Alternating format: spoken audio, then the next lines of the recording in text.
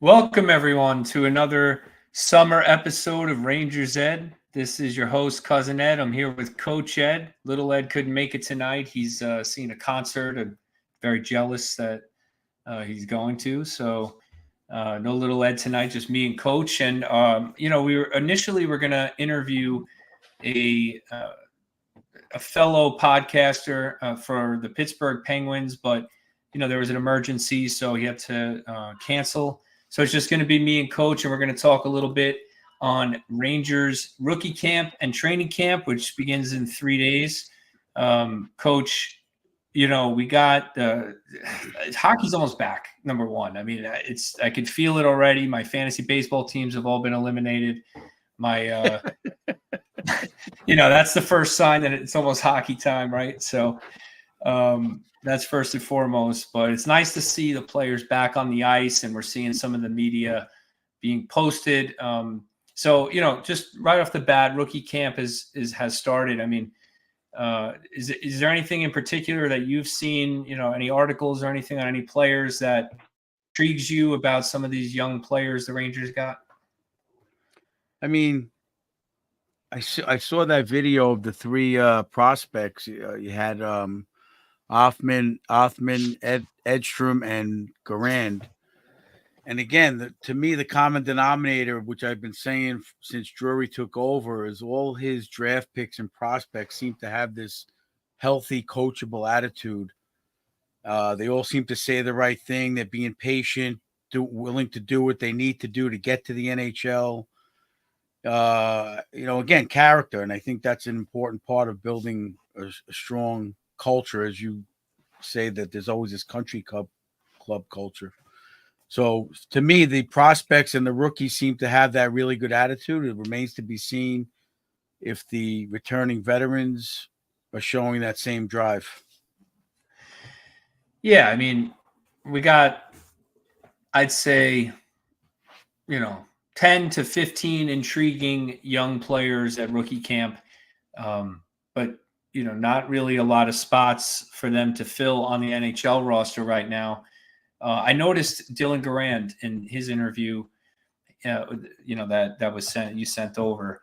He says that he's not really expecting to make the team, that it's set in stone, that it's just starting quick. And, it shows to me, a good head on the kid's shoulder, right? On his shoulders there. He's sitting there. He's not coming into camp greedy or frustrated. And you saw in Nashville a very similar situation with Yaroslav Askarov, where they re-signed Yusei Saros. They got a good backup. Askarov asked for a trade, right? Because he wants a path to the NHL, an easier path, and he ends up in San Jose, where presumably he gets an easier path. Garand, not really a prospect on Askarov's level, but still, it's good to see that he understands its patience, right? Time is, his friend as a developing goaltender. I mean, like you said, good character. So it was interesting to see that. But then you counter that with like Hoffman, who seems like he's not paying attention to who's already in the NHL, and he just wants to make the team. Different kind of dynamic from a goalie and a player, right? Well, I didn't see Hoffman had that bad of an attitude. Obviously, he's been wanting to make the team for the last 2 years, right? But like we've talked about, and what's that? I'm sorry. I didn't think it was a bad attitude that he had. Oh, I'm just saying, but he's got to be more frustrated than the goalie situation because, he's theoretically at worst a top 9, if not a top 6 prospect. And the spots just aren't there right now. So that's got to be very frustrating from a player's point of view. And I think he realizes, he said he put on a few pounds in the off season. He's been working to get to that level. And again, just refreshing to see that, not that play me or trade me. I'm, not that, that attitude where I'm going back to Russia if I don't make the NHL. Yeah. Well, I think we all know who you're talking about when you say that. Good old Kravtsov. But I think he is back in Russia now. Kravtsov. Well, it's disappointing because it's like, I've learned over all these years of coaching youth and watching hockey and NHL and everything, when you get to a certain level, it's about character. You know, like I said, there's probably, in my opinion, like top 40 players in the NHL that are kind of like in a different, way different level, maybe 50 players. And then after that, the talent, they could all shoot, they could all skate, they could hit, they could take a hit, they're strong. It's a matter of what you're willing to do to get there and stay there. You know, Connor McDavid, obviously him, you know, these guys could take a little couple of games off and no one's going to bench him. But these other guys have to fight every night because there's guys like Hoffman trying to get in, Edstrom trying to get in, you know. So that mental edge is what they need to have, and that's, you know, very difficult. Yeah, when you look at the Rangers roster, and we're going to see this in camp, you know, but the top 8, I would say, are set, and then if you include Will Cooley, the top 9. I mean, I include Will Cooley in the team, but I could see a world where he becomes a 4th liner to start the year instead of a 3rd liner. Not that he would deserve a demotion of any kind. So I would say, you know, 9 guys are set there on the team. And then you got the Edstroms and the Berards and the Offmans and the Rempes, and those guys are all going to be battling for 3 spots, right? And they're going to be battling with Jimmy Vesey and Sam Carrick, 2 veteran players, Brodzinski in that mix as well. So it'll be interesting, you know, what the Rangers do. I mean, eventually these kids are going to need spots on the team, or they're going to have to be used as assets in a trade. But, you know, one guy I'm looking at big camp is Brett Berard. I know he wasn't on the interview you saw, but he had 25 goals in Hartford last year. Part of really good Rangers draft class where I think it was 2020, where they got Rempe and all those guys. So Berard, part of that draft class. And I'm looking to, he's a smallish forward, but I don't know, man. I'd like to see him get a crack at the roster. I don't know. Who are you looking at, you know, as far as the rookies come training camp when the games start? Well, I didn't see any video or interview on him, but you sent over his name. Who was the defenseman? Mancini? What was his name? Yep. Victor Mancini. Big kid. I'm looking to see, you know, he could fight for maybe a 7th spot if he shines a little bit in training camp and in the regular camp. I mean, I meant the rookie camp and training camp. You know, because obviously we talked about it a lot. That 7 spots open. If he's a big defenseman that could move, that's going to be an interesting dynamic if he's mature enough. Yeah, I'm sure we'll see how he does against Kreider and them. I don't think you would use him in a 7 spot, only because he's waiver eligible and he's young. So if he's not going to be a top 6, probably want him on the first pair in Hartford, right, to start the year. Okay, if he's not going to play. don't look at it. I don't look at it from that point of view, but okay. Well, from a player development standpoint, I mean, if you think the kid's got an NHL future and you're in your lineup, you don't want him sitting around like Libor Hayek for a year, not playing games. Agree. You know, like that's just the reality. Especially when you have a guy, you know, like Robertson or whoever, who can just fill that 7 spot and chip in a few games here and there. You can even put like a Ben Harper there or whatever, in case of an injury. I know that's one of your favorites. Plus, they got Ruido, right? They still have him. Right. So Ruido is a perfect 7th defenseman type. Maybe he takes that spot. But yeah, Mancini is I think, you know, flew under the radar. He was a later pick. And he came he went right from college into the AHL last year and looked, according to scouting reports, looked like he was ready to go. I mean, he put up some points for Hartford and really impressed. So I think the Rangers are looking for him to kind of become a legitimate NHL prospect this year. Maybe you get lucky. And, you know, the Rangers have done a pretty good job drafting, particularly since Chris Drury took over.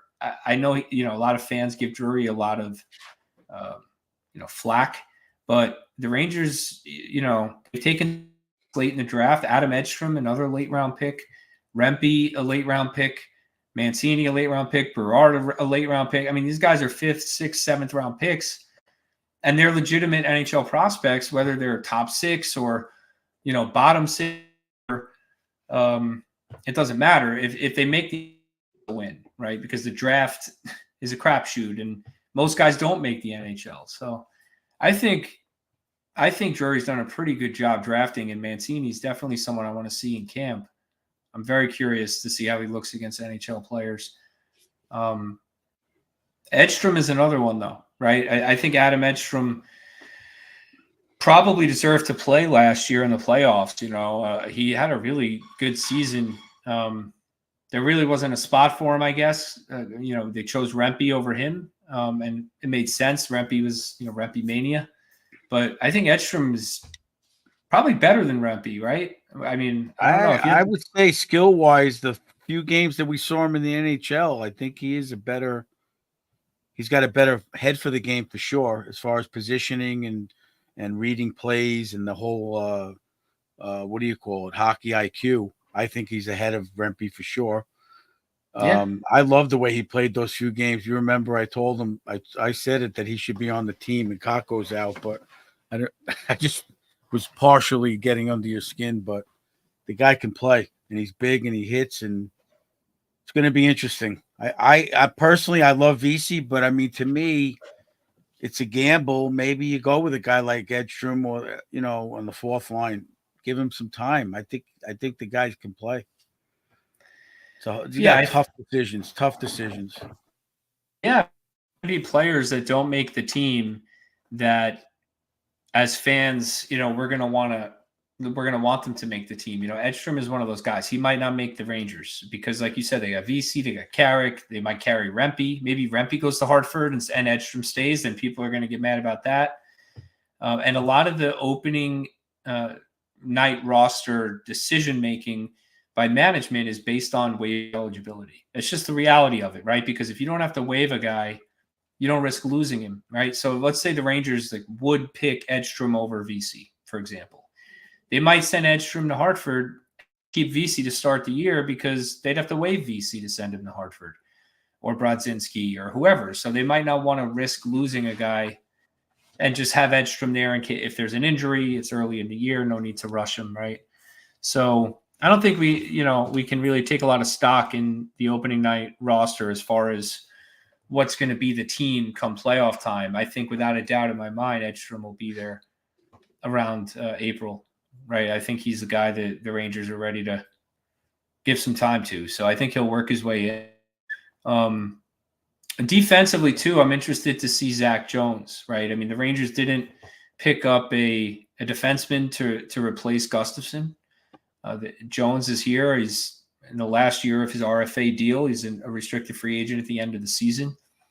He's really got a couple of prospects who have not really impressed much, as much as he has at least, and Chad Ruedel and Ben Harper to beat out for that sixth spot. Now, it's no guarantee he wins the sixth spot, but I think the door is wide open for Jones to win that sixth spot. And if he has a good camp, he should be with Trouba, most likely, or Schneider.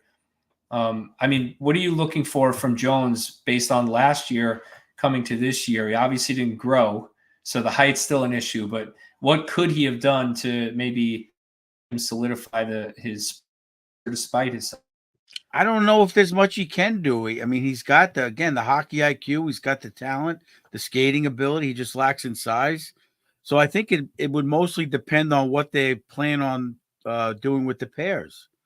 I mean, to me, ideally, you want to put him out there with Trouba. You can't put him out there with Fox. You got two guys that are they can't use their body well. So he's got to be with a guy like, say, Schneider, who's going to use his body, in my opinion. So it would depend on what they plan on doing with the pairs if they want to put him in the mix, and that's how I would look at it. Yeah, I guess more so like, could he have put on weight? Could he have improved his skating? I mean, we're talking off-season training. Like, what do you think his focus should have been if you were, the coach of the development coach and you were helping him prepare himself for next season?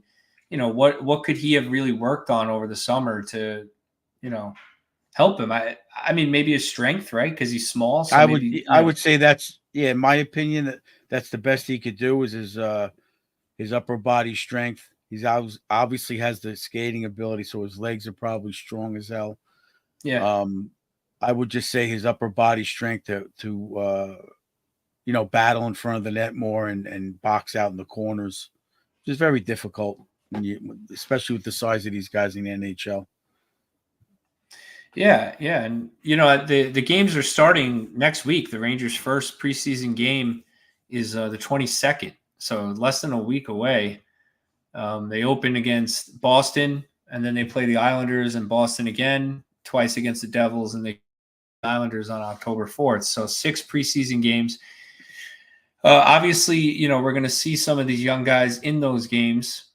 So keep an eye on Zach Jones, but I guess my question is for you, Coach. It's a little different at the level you coach. I don't know if you have to do this kind of a thing, but if you're, Laviolette and you rookies and young guys in camp, and they all want to make the team, and they all have worked hard all summer and trying to get to that, and you look at the roster and you're like, well, I maybe got 1 or 2 spots that I can fill. Right. So there's really only 1 or 2 spots to make, or 3 at most for these guys to make it.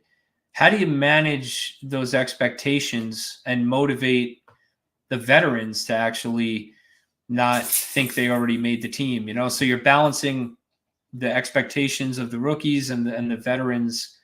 They're, I guess you don't want them to have a quote unquote country club feel, right? Like you don't want VC to feel like he's on the team automatically. You want him to have urgency. How do you manage that in an effective way? Well, it's difficult because you don't want those top 6 to go out there and play crazy like they should in the regular season because you don't want them to risk injury. So you're more or less just gonna, they're gonna pick their spots just to get their timing down. The coaches know that, the players know that. So it's more or less a guy like Cooley who's got to keep his spot, the bottom 6.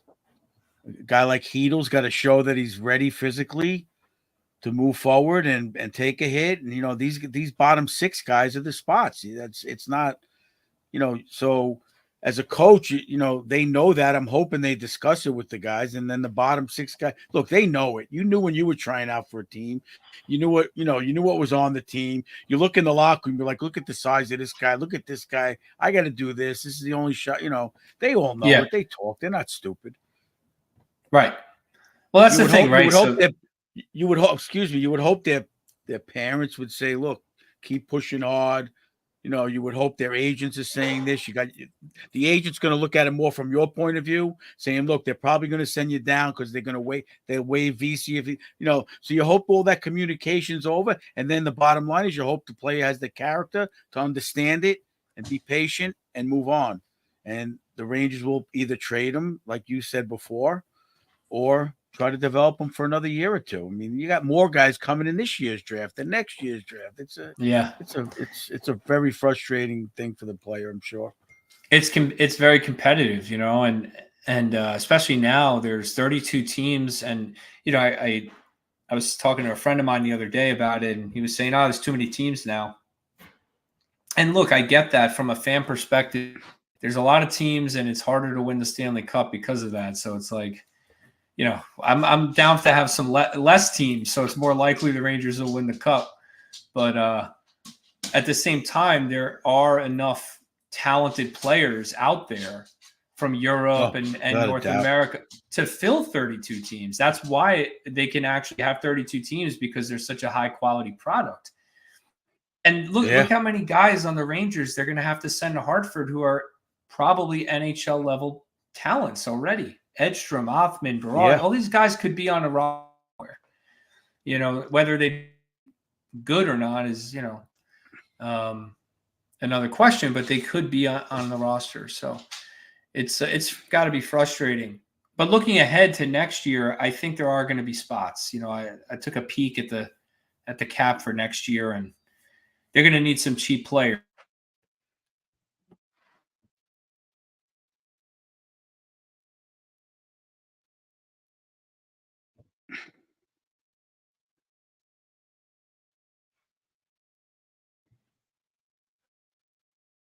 Yeah, I'm sorry about that, but Eddie seems to have frozen up. I don't know if anybody else sees that. Hopefully after this technical difficulty, he'll come back. But, it's like the stuff we don't see behind the scenes, which I hardly understand at all. But they have a team of the general manager and his assistants that are looking into probably the next 5 years. So, they have a plan they have to stick to, and the stuff we don't see, or most of us don't understand, is that the salary cap is a big part of fielding a team and planning for the season and the playoffs. It's funny because, as an old school type player, person, coach, I don't think about it like that. So it's hard for the old timer to come around. Whereas the younger guys, like my nephew and younger, they're going to realize there's more to it behind the scenes. Yeah. There are. I see Gaza. Oh Lord, cousin Ed frozen again. Yeah, we got a storm in this area. I apologize for the technical difficulties I'm having. The Wi-Fi is terrible in my house today because of it. It was like a hurricane outside. But anyway, yeah, I mean, Coach, people think about it differently. I think as I get older, I start to look at the team more from a patient perspective, than maybe when I was younger. Every loss would eat at me differently. I was talking about this with the Giants with a friend of mine. He was like, I can't care about this team anymore. It's too much. I can't have it affect every Sunday of my life. And I'm like, yeah, that 5 years ago I stopped with the Giants because, they lost. I turned the game off. I went in the pool. Like, what am I going to do? Like, as I get older, I become more and more like that. With the Rangers, it's a little different, a little more visceral with the Rangers. But it's, you got to have patience with the players, not just the rookies, but even the veterans. Look at a guy like Zibanejad, right? I mean, it's so frustrating, Mika Zibanejad, right? Like, just listen to our episodes from last year. But are you confident Zibanejad, someone who's going to come into camp motivated after the season he had? I mean, he talks like he is. When you see him last year, he was saying coming into last year, him and Panarin had the right attitude. I mean, again, he got off to a slower start putting pucks in the net, but I thought he was a big part of the team's success early. The two-way type of forward, and the penalty killing took off with him and Kreider out there full time. So, it's frustrating to us because we want to see more pucks in the net. We want to see him more involved in scoring, but there's more to the game than that. And, as a player, you have to be patient too, coming out of a slump. And he played the rest of his game the way he needed to. And then does it even matter until the playoffs for this team? I mean, well, they got to get there. Well, okay. I think it's safe to say they're going to get there. They're going to get there, but you also want to have momentum going in my opinion. So to me, it's not like baseball. Like baseball, you just want to get in, and you never know what could happen. A pitcher gets hot, batters get hot. But if you don't have that momentum of winning and going into the playoffs with a hot goalie and the whole team moving good, it's not easy. You can't sit 5 guys for 5 games before the playoffs and come into the playoffs hot. Yeah, I mean, I guess like every year is a different story, right? Last year, Panarin had a huge season. That was a big story. Laffy's breakout.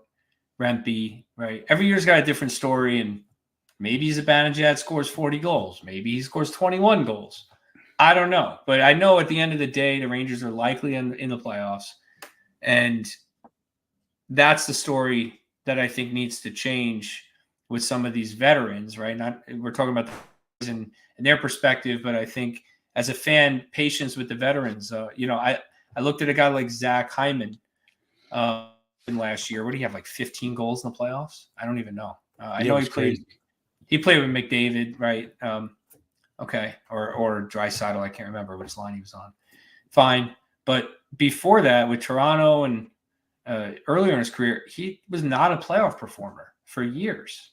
He was no points. Look at his points from previous years in the playoffs. So sometimes, it takes time. Some guys have that clutch gene, and other guys have to experience it over and over again, and then they just find it.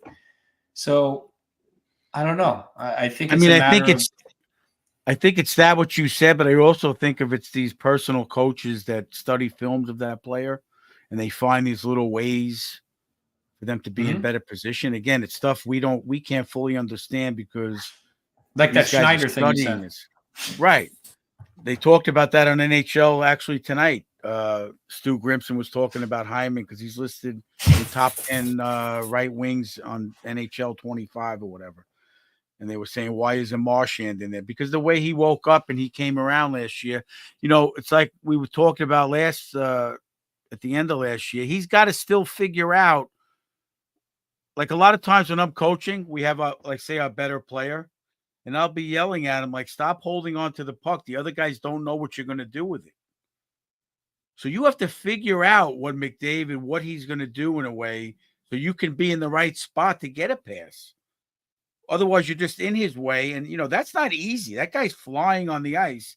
You got to figure out quickly where to be and how to get open and where that puck's going to come off the pads. And, a lot of stuff has to happen. So those are things that they're probably studying in films.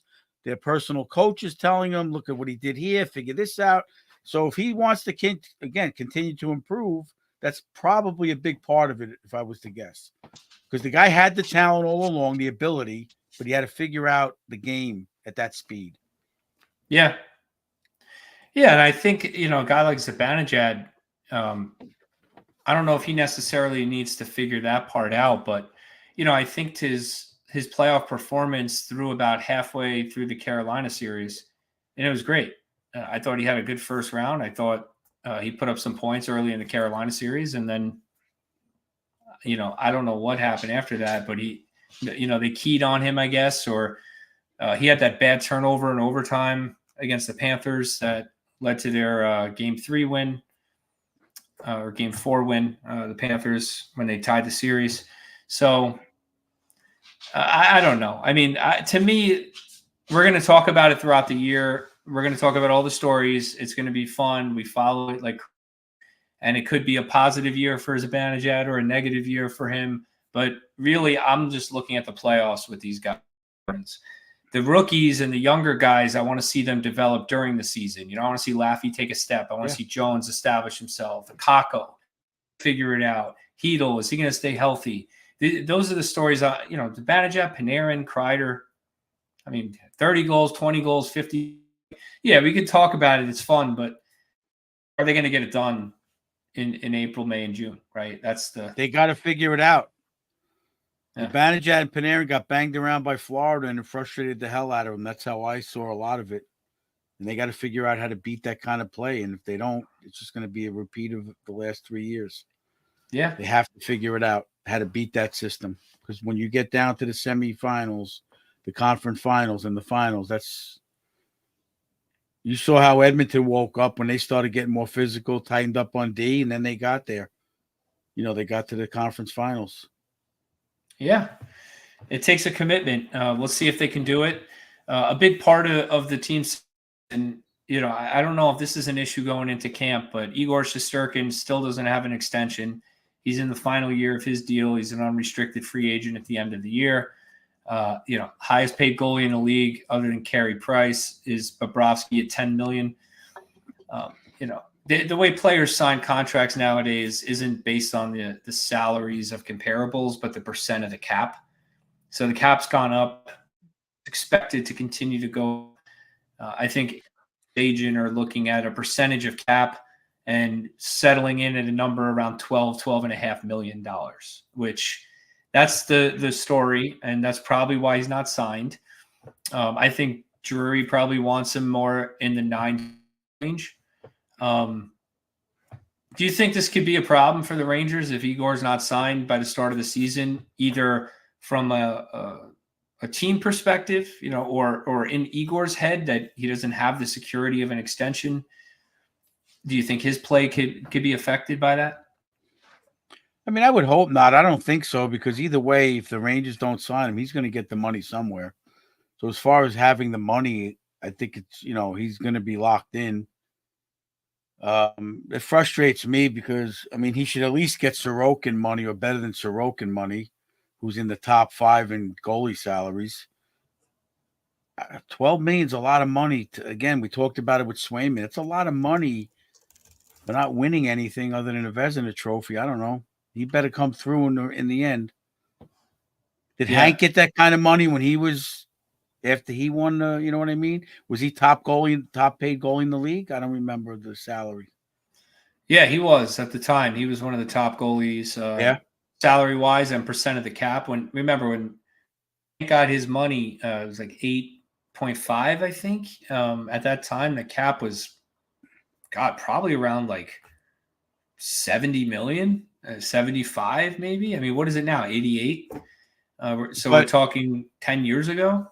But didn't that kind of push Lundqvist out the door towards the end when they couldn't really afford it?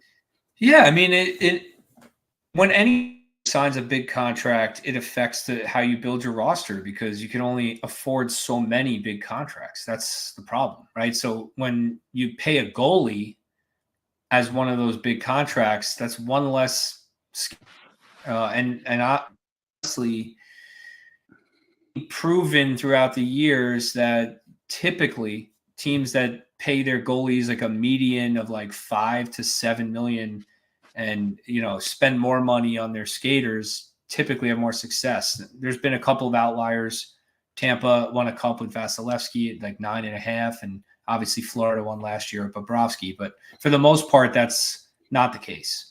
But also when you look at Florida, right? So a lot of fans say that, Bobrovsky made 10 million, he won. When you look at Florida, how many value contracts does that team have? They just signed Forsling for like nothing. What's his extension? Like 5 million. The guy's like, he's going to challenge for a Norris Trophy. Then you got Verhaeghe.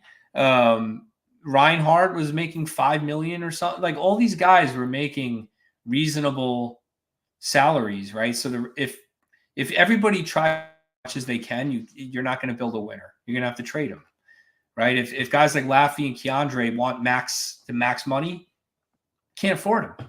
So they have to decide, do they want to keep the band together, get a reasonable contract that still makes them rich, or do they want as much as they possibly can get? And that's what I'm hoping Shesterkin realizes is that, if he gets 10 or 10.5, that's fine. He doesn't need 12. It's crazy. That's one whole player. 12 is third line winger that we could add, right? I mean, so he's got to realize it's a team. If they do, does it go on the average, the salary cap? The average salary of the 5-year contract? Average annual value. Yeah, that's what AAV means whenever we say that. That's what the salary cap is based on. So right. I was going to say if they gave him like 7, say they gave him $60 million, one year was 7, 8, 9, that doesn't count per year.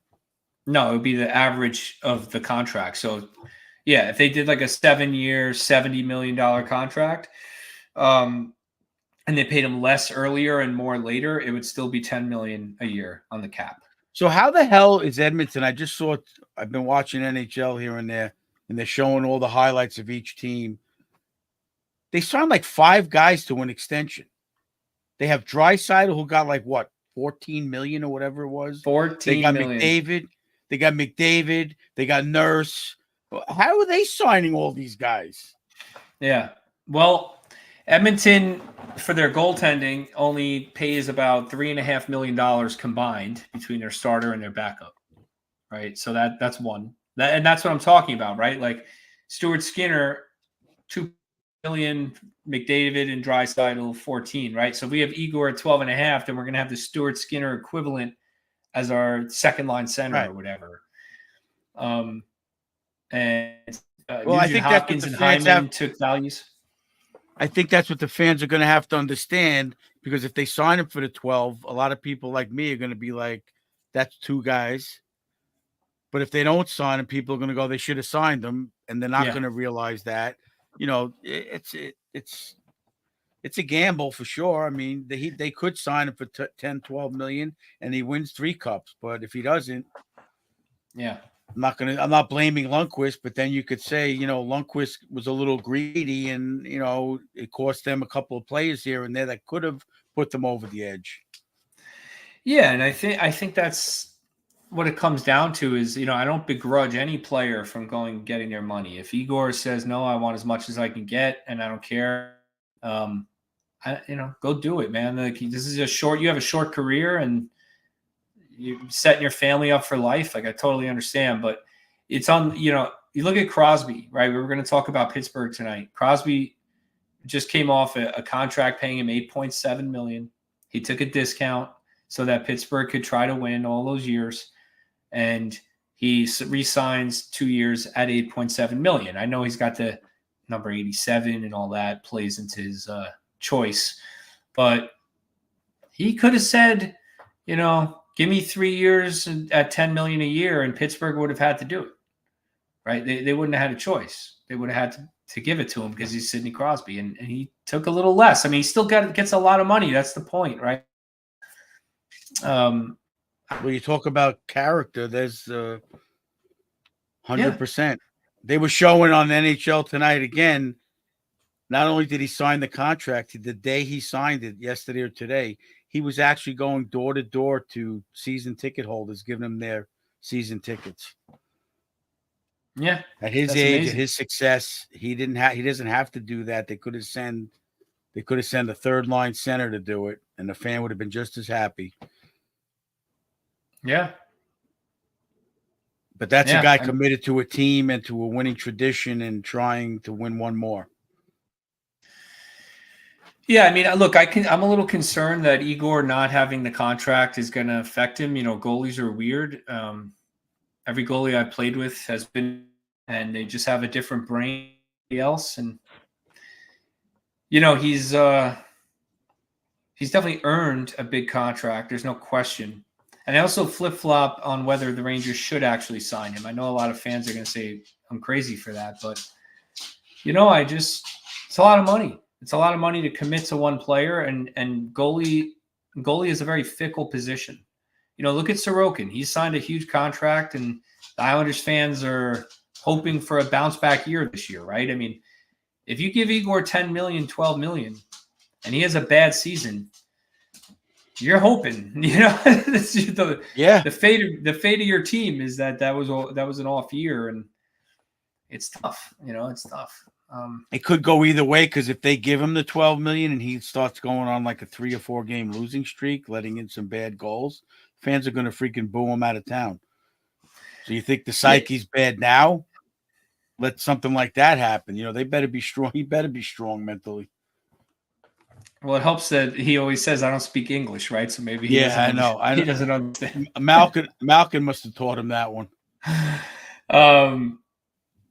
But yeah, it's not just that. I mean, look, he won the Vezina, but I remind people, last year in December, we were coming on this podcast and we were talking about people posting on X and online that Quick was the number one goalie of this team. I mean, that was what, right? And then like 6 months later, they're like, oh, he wants $12 million.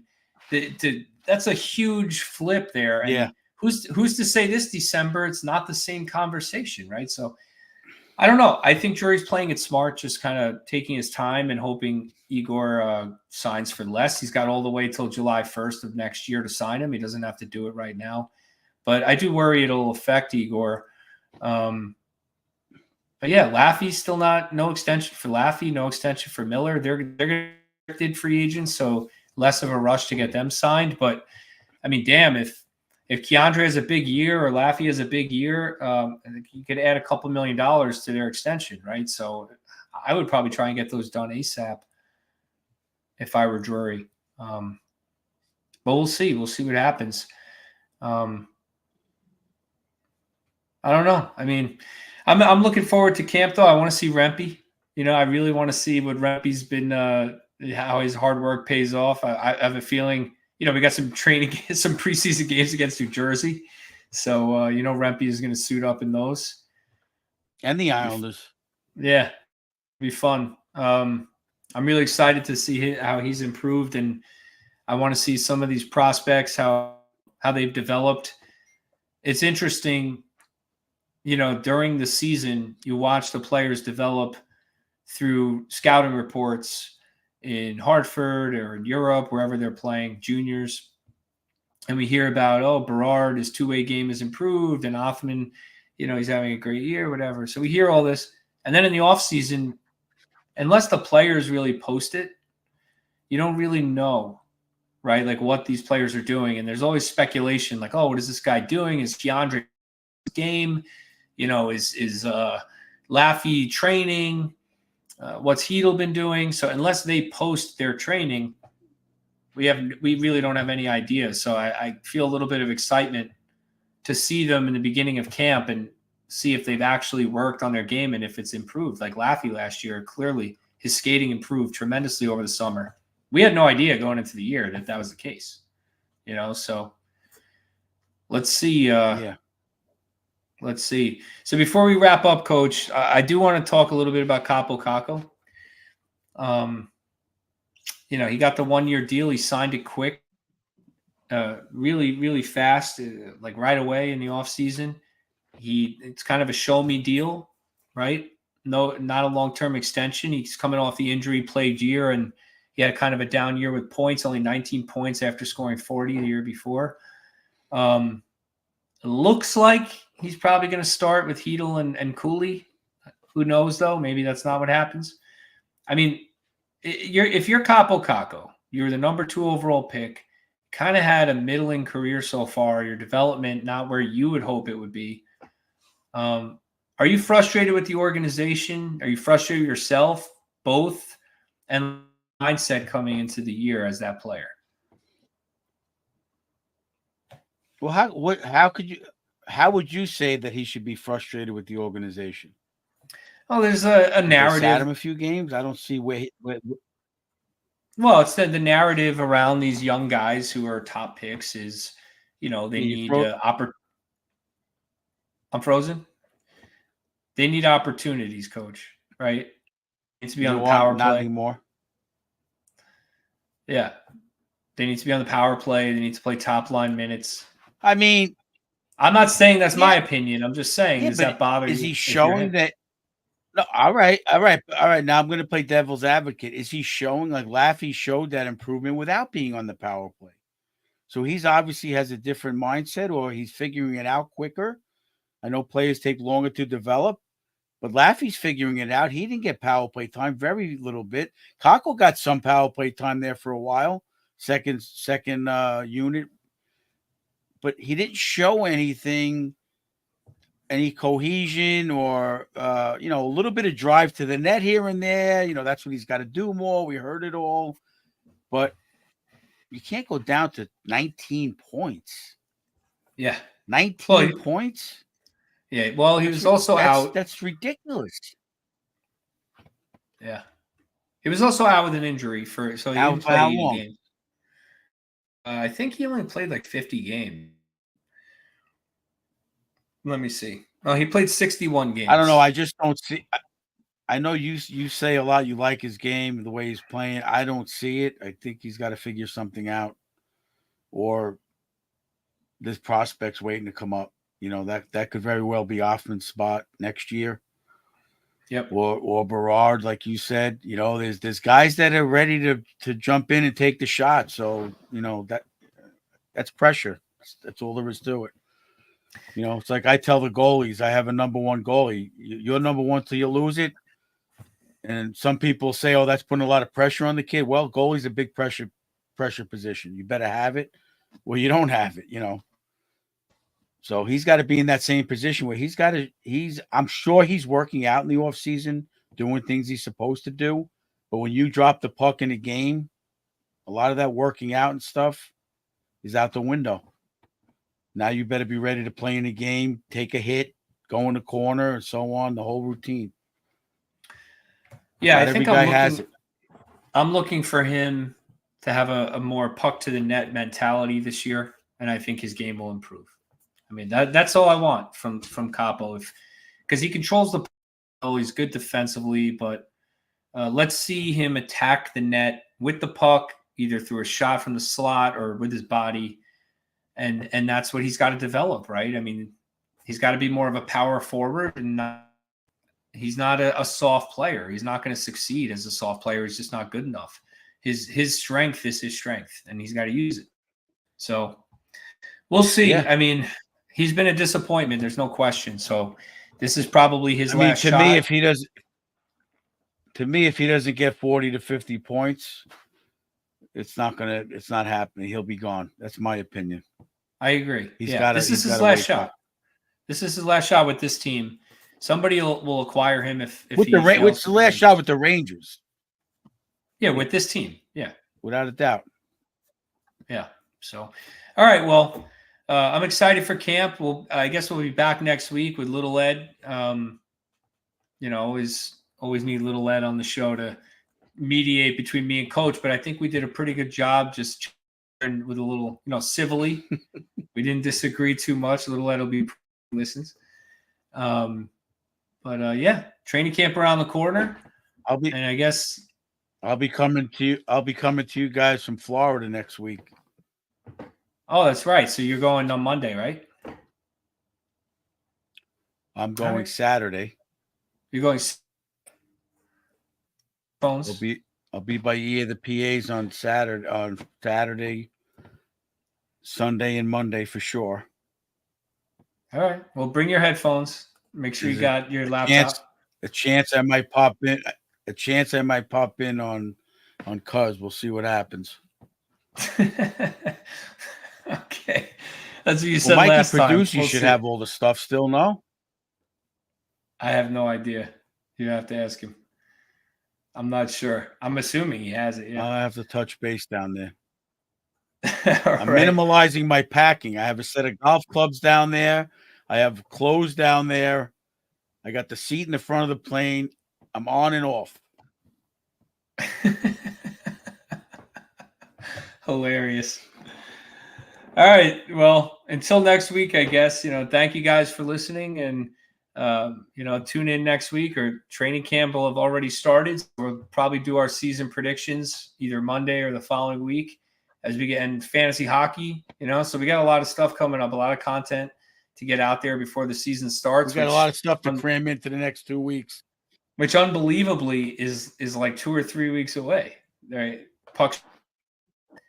I'm pumped. And don't forget also the open suite. I think we still have a few tickets left. I don't know if there's. I think we have 4 or 5 tickets left. We still have that. So if you're interested in joining us in the opening night suite against Utah on October 12th, message it Instagram that you're interested, and we'll chat and see if we can get you one of those tickets. But yeah, we only got a couple left, so make sure you reach out if you're interested in doing that. Thank you guys for listening. This is the Rangers Ed podcast.